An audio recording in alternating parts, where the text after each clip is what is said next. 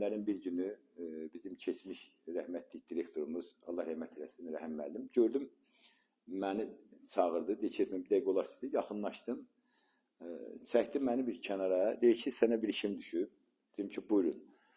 Deyir ki, bir sinif var, bizdə əslində o vaxt 3 dənə 9-cu sinif Azərbaycan bölməsi idi. 2-3 məndə idi, bir 4-də başqa bir müəllimdə idi. Dedi ki, o əslində onlar daha riyaziyyat yönümlü sayılırdı o vaxt. Məndə isə humanitar gedirdi, belə deyək. Sistem belə danışırdı.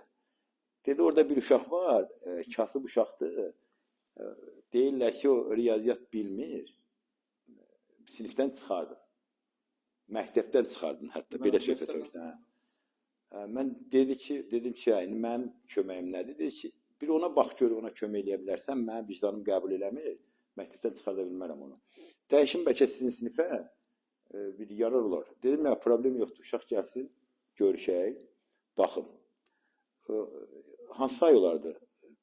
Yəqin noyabr ayı, eləmi? 9-cu sinif noyabr ayında. Nəysə, dedi ki, bu dəqiqə tapşırıram, göndərirəm. Bir də mən də aşağıda gözlədim elə koridorda. Bir də gördüm, gəldi, çıxdı. Həmin uşaq bizim bu indi Qoçəlidir. Qoçəli, xoş gəlmişsən, mənim qonağımdır. Sonradan mənim şagirdim olub. Neçə bal toplamışdı? 628. 628 balla. İndi bitirib artıq işləyir də.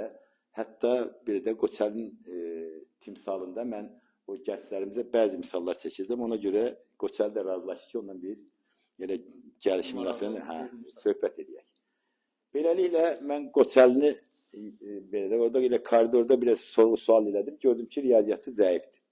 Zəif deyəndə yox səviyyəsində, belə düşünək. Dedim ki, Qoçu, bir gəl sinifimə dərsim olanda, sinifdə sənə lövhədə biraz yoxluyum.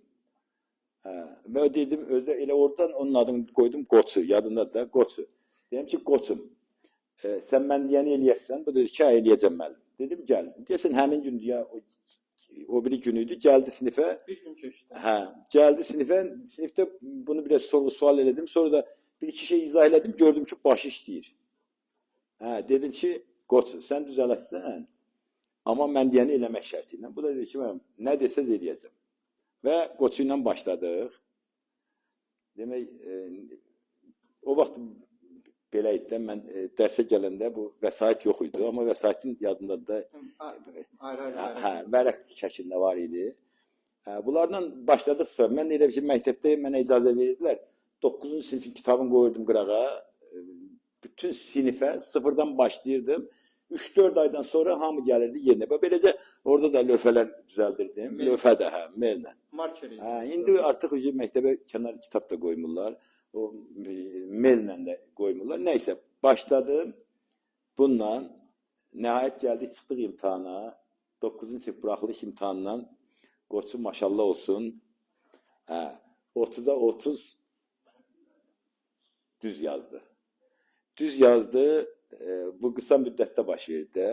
Sonra məktəbdə nə bilim, bunu sıxışdıranlar söz atıblar ki, köçülübdür, nə eləyibdir, belə eləyib. Amma təkcə sinifdən 12 nəfər 5 almışdı. 4 nəfərdə 100% nəticə göstərmişdi. Əslində 4 nəfərdən biri mənim işim deyildi. O Sədrəddin müəllim var, bizim tanıdığımız dostumuz. Adı nə idi o uşağın adı? Cavid. Cavid öyle hazırlıqlıydı o. O da, biri o, 3 nəfərdə mənim öz yetişdirdiyimdə, o da hazır idi, biz ona da böyük əziyyət çəkdi, o da çox çalışqan idi.